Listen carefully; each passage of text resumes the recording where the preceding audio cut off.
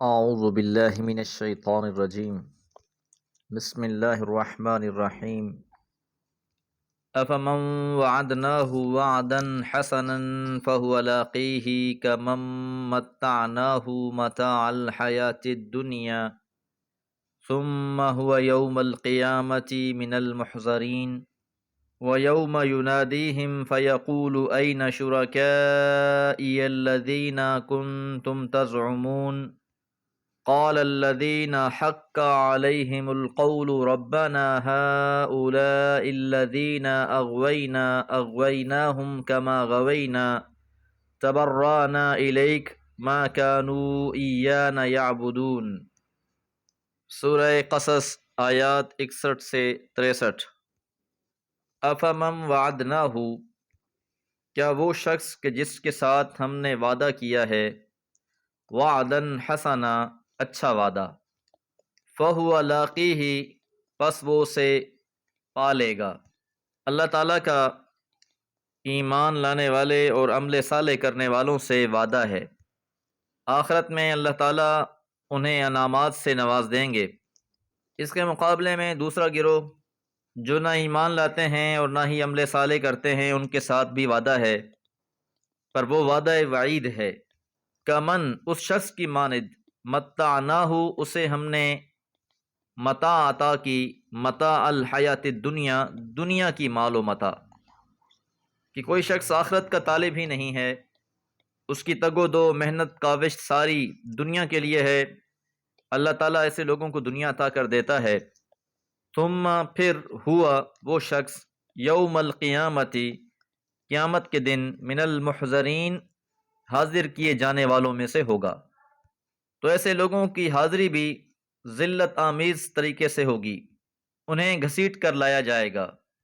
وَيَوْمَ، اور اس دن، يُنَادِيهِمْ، انہیں آواز دے گا اللہ تعالیٰ، فَيَقُولُ، پس فرمائے گا، أَيْنَ شُرَكَائِيَ، کہاں ہیں میرے شریک، الذین، جنہیں کنتم تزعمون، تم نے گمان کیا ہوا تھا کہ قیامت کے دن شرک کرنے والے اور جن کو اللہ کا شریک بنایا گیا ہے، سب کو حشر میں جمع کر دیا جائے گا۔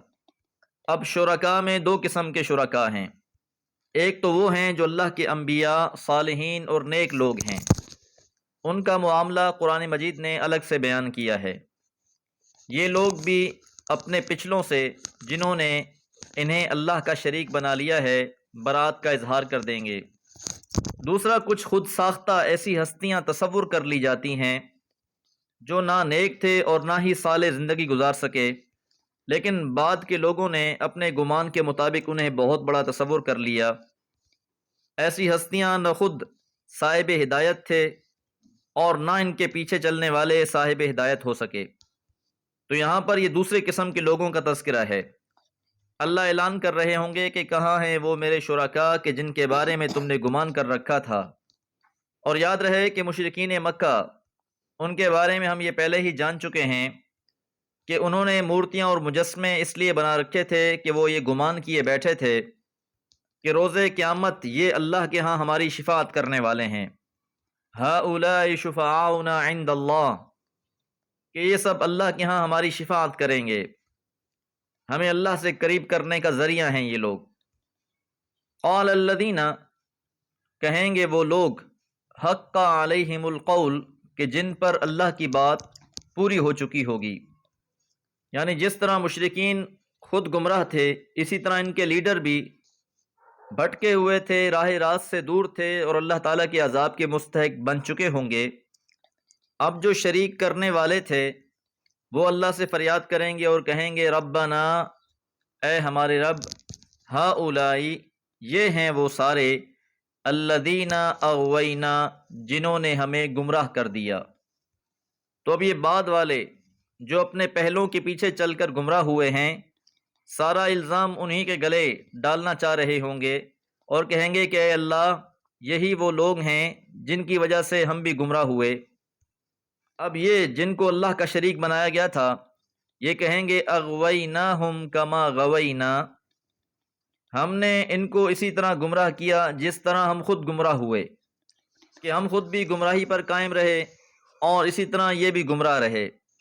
تبرأنا الیک، ہم تیرے حضور ان سے اعلان براءت کرتے ہیں، یعنی ہم ان کے اعمال کے ذمہ دار نہیں ہیں، یہ خود ہی شامت کے مارے ہوئے تھے، اس لیے انہوں نے ہماری پیروی کی۔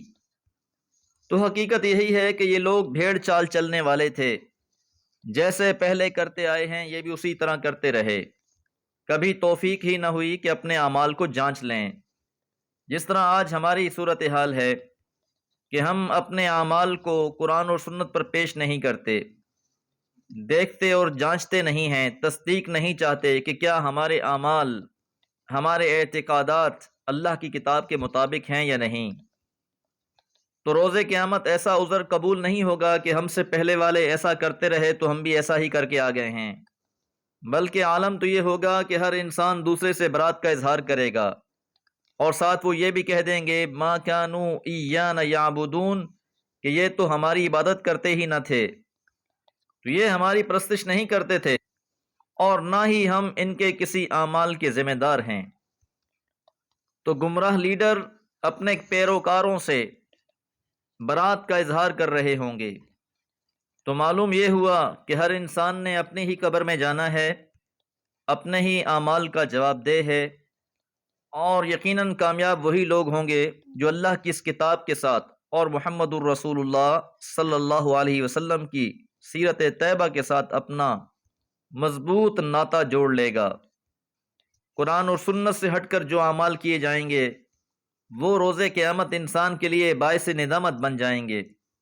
دعا ہے اللہ تعالی ہمیں قرآن اور سنت کے مطابق زندگی گزارنے کی توفیق عطا فرمائے۔ وما علیہ الا البلاغ۔